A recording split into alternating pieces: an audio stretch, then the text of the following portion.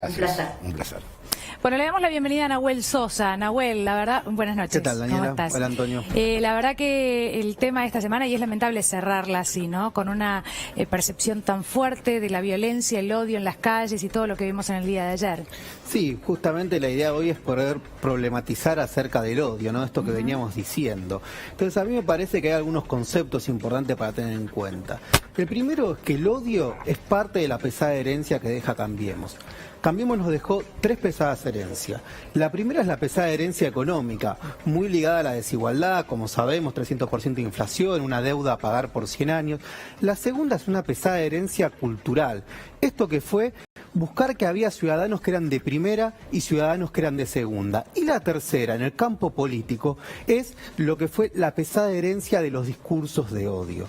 Entonces, acá tenemos algunos conceptos. Odio, bolsonarización, un sector de la oposición que se bolsonariza. Y esto es muy lamentable porque en los últimos años, a nivel mundial, crecieron mucho los movimientos políticos que tienen al odio como principal herramienta para construir poder.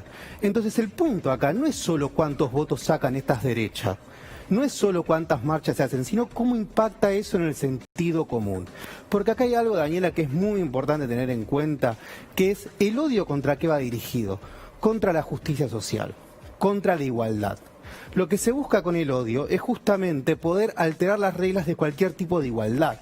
El odio, por general, de este tipo de derechas es contra las mujeres, contra los inmigrantes, contra los pobres, construir un sentimiento antikirchnerista, construir un sentimiento antiperonista, los cucas, ¿sí? Se empieza a construir esas negatividades. ¿Por qué? Porque el neoliberalismo necesita, hay un filósofo que se llama Byung-Chul Han, surcoreano, que dice justamente el neoliberalismo lo que necesita es que vos te autoexplotes. Y en una sociedad de rendimiento, si no vos alcanzás esas metas, que no cuestiones a la sociedad y al neoliberalismo, sino que por el contrario te autoagredas o agredas a otro. Entonces los discursos de odio lo que hacen es buscar un grupo social, estigmatizarlo y ponerlo como el culpable de todos los males. Sí. Vos en el tercer punto hablaste de su éxito radica en la propagación. Y hay que reconocer que el aparato de propaganda que tienen y mediático es enorme. Es muy bueno el punto que señalás porque cuando hablamos de propagación hablamos que el éxito radica en que la víctima también odia. Claro. Entonces justamente lo que es importante es que la víctima no odie. Mirá, acá decíamos algunas de las características justifican distintas formas de agresión, o sea, siempre el odio va a habilitar la agresión verbal, el escrache, la agresión simbólica, claro. Va a reforzar estereotipos, va a reforzar discriminaciones.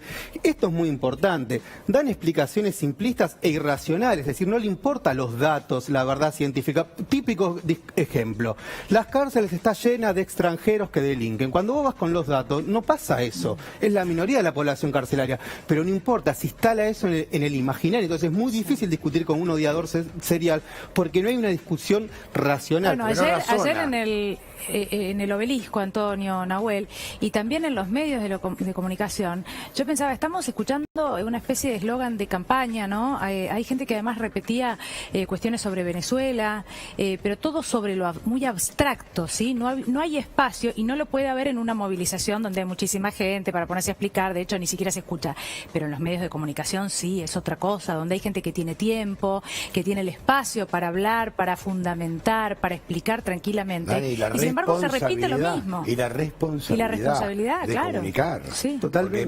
Vos hablas de algo que me parece que es clave, la propaganda, la propagación de una falsa noticia, lo que sea. El aparato de propaganda produce un daño a lo Goebbels. Totalmente, porque eran los nazis. Lo que se arma ahí, Antonio y Daniela, es una cadena de equivalencia, claro. ¿no? Una ensalada, podríamos decir, de odios, ¿no? Claro. Que no importa si son verdad o mentira, que se basan en el miedo al otro, ¿sí? O sea, el miedo al otro, al miedo a que el otro tenga esto que decía también Gabriela Cerruti, nuevos derechos, es decir, el miedo a que ese otro distinto no lo veo como un sujeto de derecho, no lo veo como un ciudadano, como un par, sino que lo construyo como otra cosa. Entonces recordemos que el neoliberalismo necesita el odio para poder justificar la desigualdad, para que no haya justicia social, sea en el campo distributivo, en el campo de género, en el campo ecológico. Y me gustaría cerrar con una frase de Jean-Paul Sartre que tiene que ver justamente con lo que decía Antonio, por qué es importante que no se propague el odio, porque no es solo si se propaga electoralmente, es decir, que no se propague en la conversación pública, en el día a día, claro. Que vos no vayas tolerando los microodios, esas cosas que van pasando, porque ahí es donde radica su mayor poder. Esta frase de Jean-Paul Sartre, que la dice en 1964, dice, basta con que un hombre odie a otro para que el odio vaya corriendo hasta la humanidad entera. Así que me gustaba esta frase para decir, esto es la importancia y por eso es que tenemos que evitar los discursos de odio. Gracias, Nahuel. Gracias a ustedes. Menciono que el dibujo era de Constanzo, el dibujo que tiene el obelisco, el móvil de C5N, porque lo hemos visto dando vueltas por las redes y refleja tristemente lo que sucedió